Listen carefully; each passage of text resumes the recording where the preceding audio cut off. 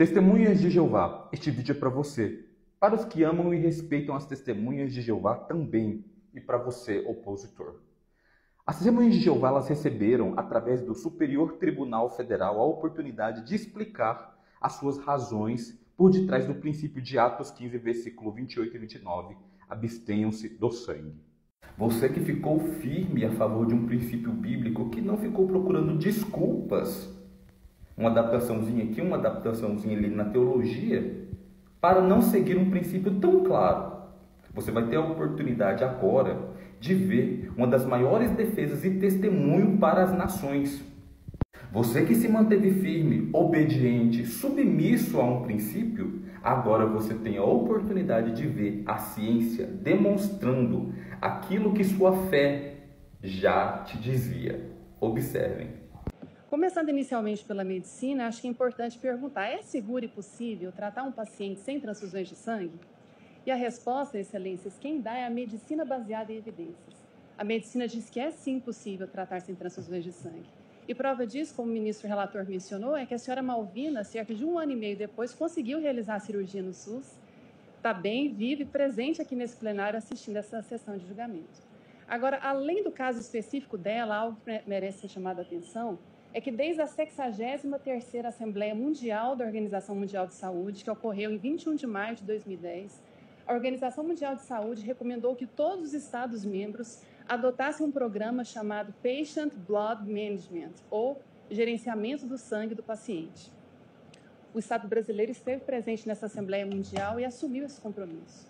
O que é esse Patient Blood Management, ou PBM, como é mais conhecido? Basicamente, excelências, ela é uma abordagem sistemática, baseada na medicina com evidências, que busca gerenciar e preservar o sangue do próprio paciente. O PBM ele lida com o chamado trio mortal e de alto custo na saúde, que é a anemia, a perda de sangue e a coagulopatia. Basicamente, o objetivo do programa é preservar e conservar o sangue do paciente, prevenir e controlar a hemorragia, potencializar a formação de células sanguíneas e maximizar a tolerância do paciente à anemia. A razão da OMS ter recomendado essa abordagem em detrimento do padrão transfusional atual é porque a OMS identificou que o padrão atual ele afeta diretamente a saúde e a renda dos países, especialmente os países de baixa renda, que são os que mais transfundem. Em adição a isso, a medicina coletou evidências nos últimos 10 a 20 anos que a transfusão de sangue está cada vez mais associada com a mortalidade e que a medicina tem recomendado transfusões não com base em evidências médicas, mas baseada em padrão cultural e comportamental. Nesse intervalo veio a pandemia do Covid-19 e a OMS intensificou o tom. No ano de 2021, a OMS publicou essa diretriz mundial chamada necessidade urgente de implementar o gerenciamento do sangue do paciente, e aqui ela destaca quais as razões de ter acrescentado a urgência nessa implementação. De acordo com a OMS, é urgente fazer isso porque esse programa que gerencia o nosso próprio sangue, ele traz 3 vantagens muito relevantes. Primeira vantagem clínica. A OMS juntou estudos científicos que apontam que essa abordagem terapêutica reduz significativamente a mortalidade e a morbidade, ou seja, AVC, infarto, infecção e reduz tempos de internação. Em adição às vantagens clínicas, há as vantagens econômicas. A OMS aponta um estudo dizendo que a adoção desse programa, que ela recomendou mundialmente, economiza recursos expressivos em saúde. E, por fim, vantagem ética. Se é melhor para o paciente, se reduz morbidade e mortalidade e sai mais barato para os cofres públicos, a adoção desse programa não pode ser simplesmente uma opção. Ele precisa de ser implementado. A soma dessas 3 vantagens, aliada aos riscos das transfusões de sangue e a carência de sangue nos hemocentros, que inclusive é uma realidade aqui no nosso país, fez com que a OMS acrescentasse a palavra urgência na implementação desse programa. Mais do que isso, nessa diretriz, a OMS chama a atenção que esse programa está associado com um outro compromisso internacional assumido pelo Estado brasileiro, que é a Agenda 2030 da ONU.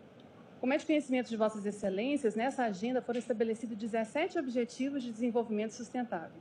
O objetivo número 3 trata de saúde e bem-estar geral.